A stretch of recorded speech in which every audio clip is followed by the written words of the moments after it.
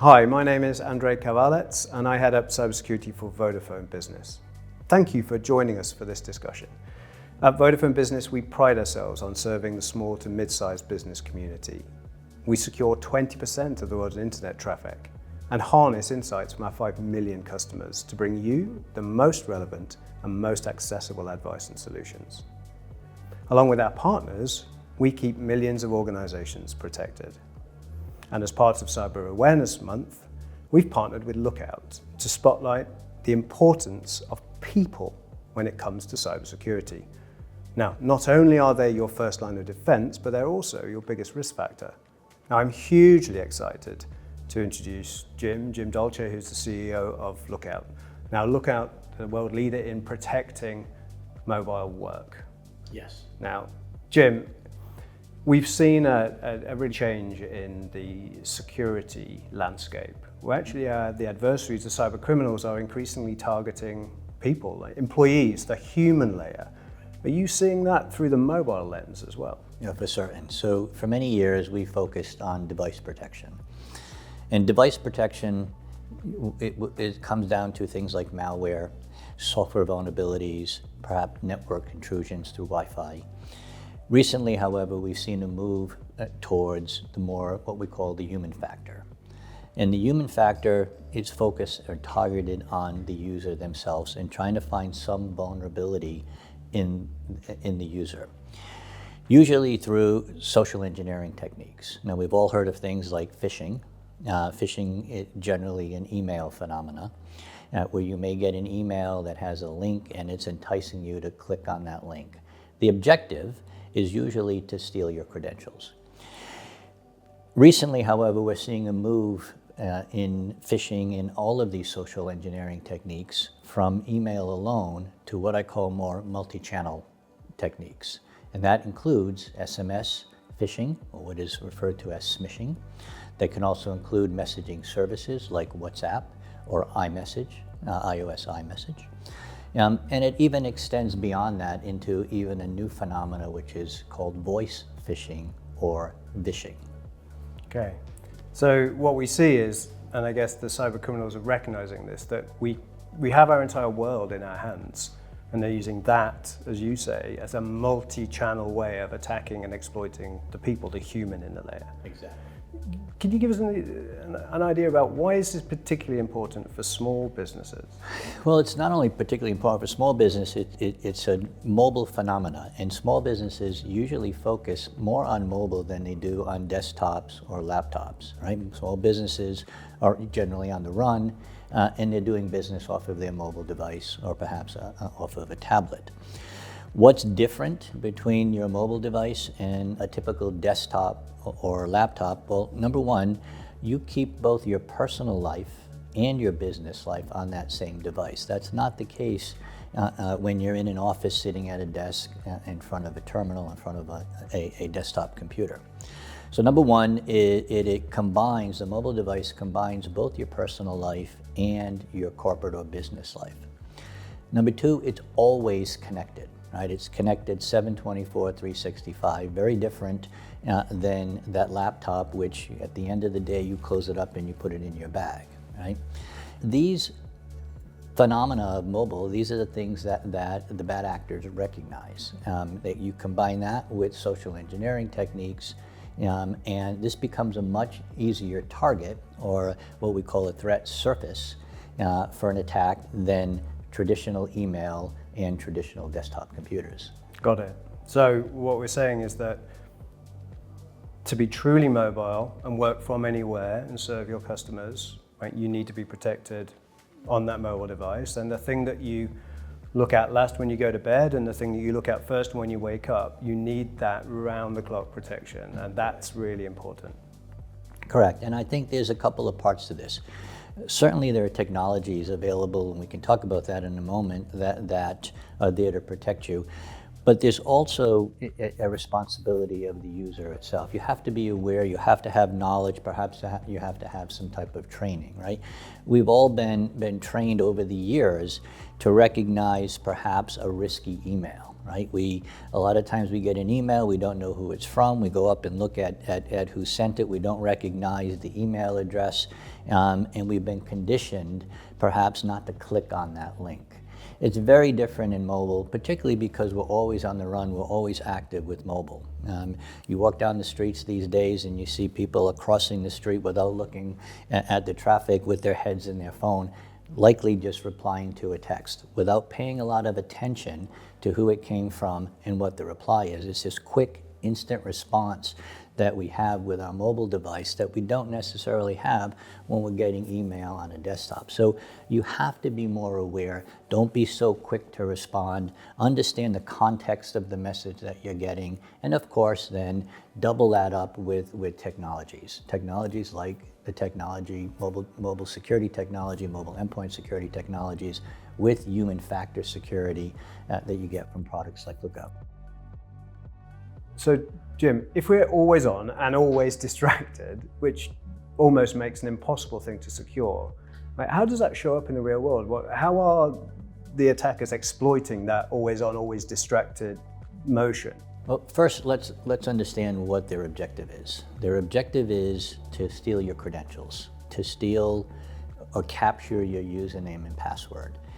This is what we refer to as the beginning or the start of the kill chain, right? And particularly if they're able to get your username and password, even from a personal message, you likely will use that same username and password in business, and they can take that and use it to break into your corporate network. And then they can do the real damage. And so the objective here, steal or capture credentials from the user. Now, many of these threats start with a personal question. You've probably seen the same messages that I've seen. Oftentimes we'll get a message from a delivery service. It says, I have a package for you. You have to click on this link and put your username and password in so that I can deliver the package. Another example which I often get is a company is soliciting or recruiting data entry personnel, and they are going to pay you $25 an hour. And all you have to do is to sign up is to give us a username and password. Parking meters as well. You haven't paid your parking fees. Give us your credit card, or we'll have to ticket your automobile. These are examples where they send you a personal message, and remember that mobile device is both personal and business use. So they'll send you a personal message in a way to solicit your credentials, which they will then use to break into your corporate network and do the real damage.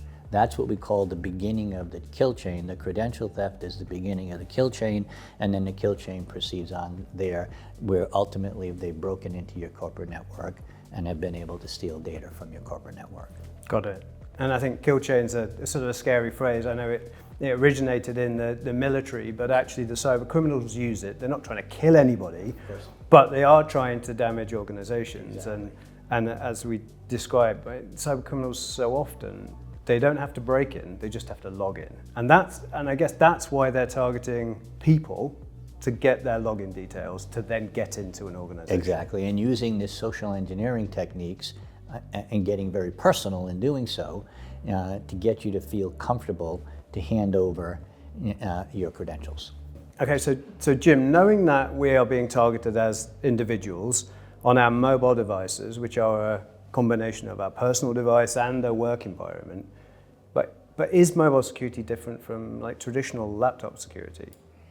Very different security, but the best answer to that question begins with, why aren't we securing mobile devices in the same way that we've been securing laptops and desktops since the advent of the personal computer in the mid-90s?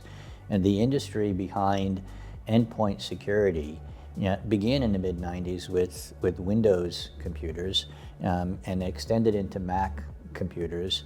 Over the past 20-25 years, there have been multiple generations of technologies. It's grown into over a $10 billion annual business, and it dwarfs what investment that is happening in mobile today. We're just beginning to realize and come to the realization that these devices that we have in our pockets can access the same corporate resources that we access with our laptops and our desktops. And therefore they present the same risk.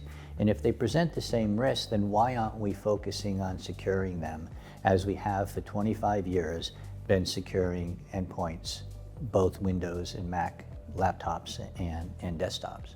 And so we're beginning to come to that realization that because these devices access all the same resources, particularly from a business perspective, then they too deserve to be, and it's necessary to secure them in very much the same way. So Jim, we've covered a lot of ground today.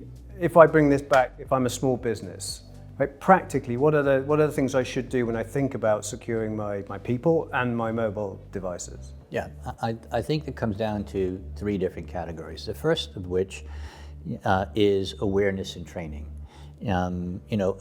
We have been conditioned on our laptops and our desktops, particularly with email, to be careful before we click on a link that we may get in an email.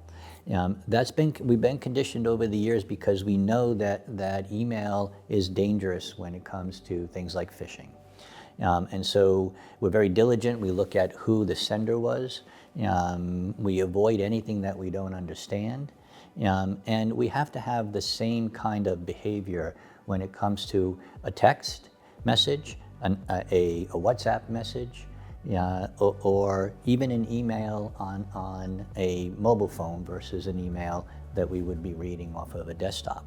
So awareness, training, and focus on the response that you're given, rather than making that very quick response that we tend to do with our mobile phones. Very different than the way we interact and interface with a laptop. That's number one. Number two, make sure that your phones are always updated. All the apps are updated, and even your operating systems are updated. It's very easy to do with iOS because iOS forces that update. But you have to be more diligent if you have an Android device, because there are so many permutations and combinations of Android operating system. You have to proactively make sure you always have the latest patches and the latest updates. And finally, find a solution, Lookout happens to be one of them, that is proactively monitoring for these kinds of attacks, both device-related attacks and human factor attacks, and can warn you when such an attack is happening. So if I think about that, is be aware, be alive to the threat, know how you respond as a person, don't click on the link.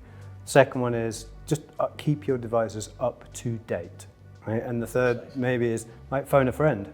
Have somebody who can help you monitor and proactively look at your device. I mean, it feels a little bit like I should just keep my phone turned off forever and then I won't get attacked. But I don't think that's an option. That's not an option for me. That's not an option for our customers. Exactly. Jim, thank you so much today for your time and your insight. It's been wonderful. I think we all now know a lot more about mobile threats. And thank you all for tuning in, for listening. I know we're coming up with a lot more content during Security Awareness Month. And thank you.